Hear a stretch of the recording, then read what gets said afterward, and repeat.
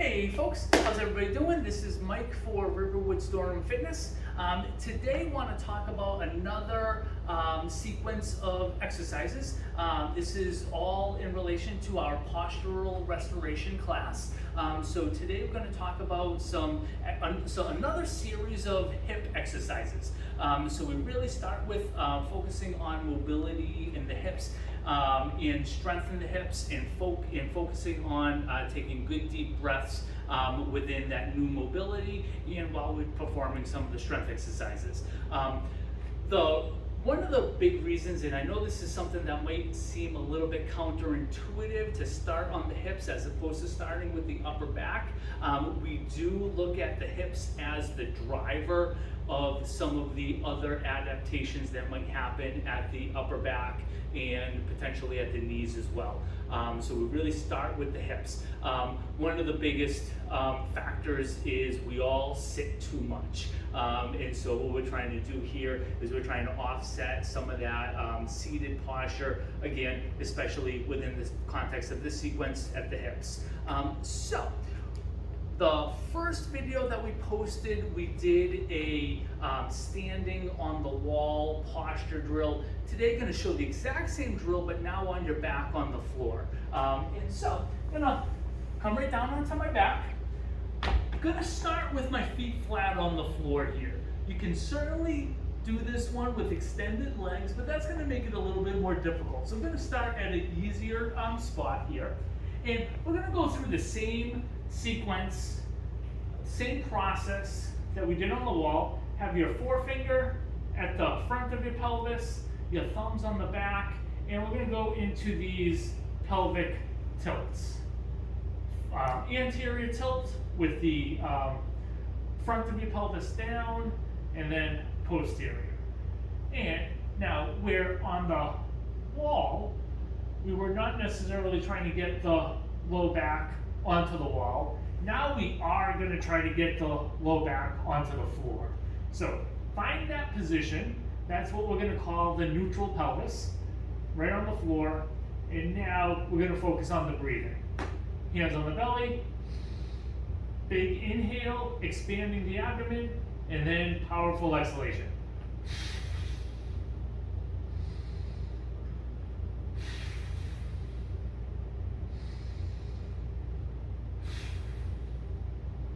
So on the exhalation, you're trying to blow out a candle that's hovering about 5 feet above you, and you're going to try to keep your low back on the floor the whole time. Not pressing hard into the floor, but just on the floor. That represents your neutral pelvic position. So that is the first exercise. The second one, now we're going to do really a similar sequence as we did in the first sequence. We're going to go to a little bit more of an aggressive hip mobility exercise. And this is one that's really going to help to specifically stretch out the hip flexor. The hip flexors are a tricky muscle to stretch out. We're going to go into a half kneeling position. We're going to use a PVC pipe. You're going to press the PVC down. Actually, first, I'm on my right knee. I'm going to squeeze the right butt cheek as tight as possible. So that's the first step.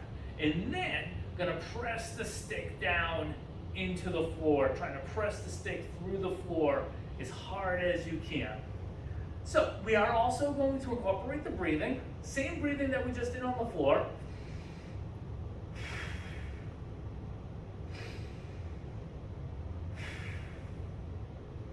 So with the pressing of the stick, you're activating the musculature of the abdomen, squeezing the right butt cheek. That should help to stretch out the hip flexor on this side, on the right side.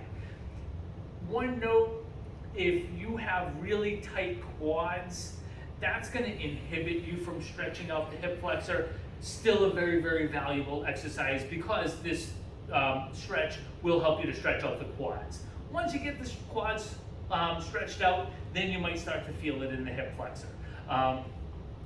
Now we're going to go to a couple strength exercises. So, going to still use the pad.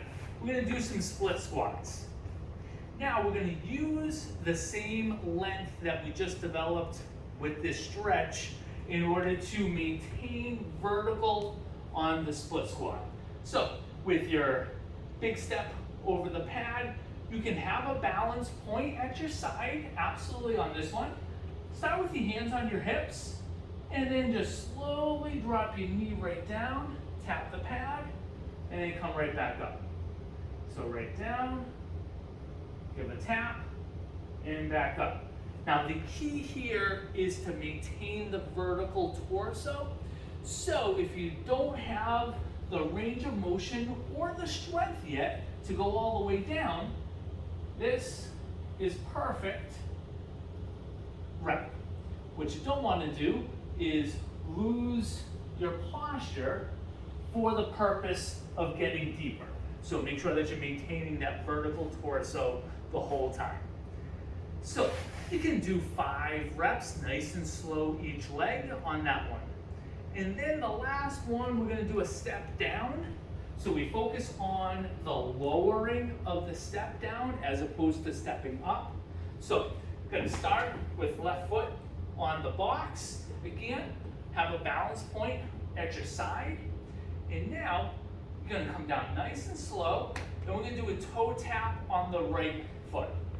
So just tapping the toe right down and then right up. If you're feeling good with the toe tap, you can start going, make it a little bit more difficult, go into a heel tap. Couple notes on this one. The foot that's on the box, make sure that is staying flat the whole time. Don't let the heel come up off the box at any point.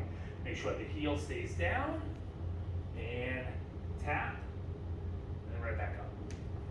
So again, 5 reps each side, nice and slow. Focus on going nice and slow with these reps as opposed to faster reps in order to do more reps.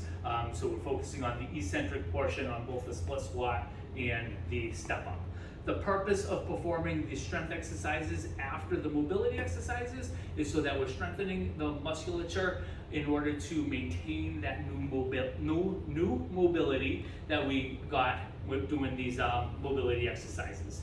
So give those a shot and hope you like them. If you have any questions, definitely reach out and ask any of us, and hopefully you like it, and check out the next video.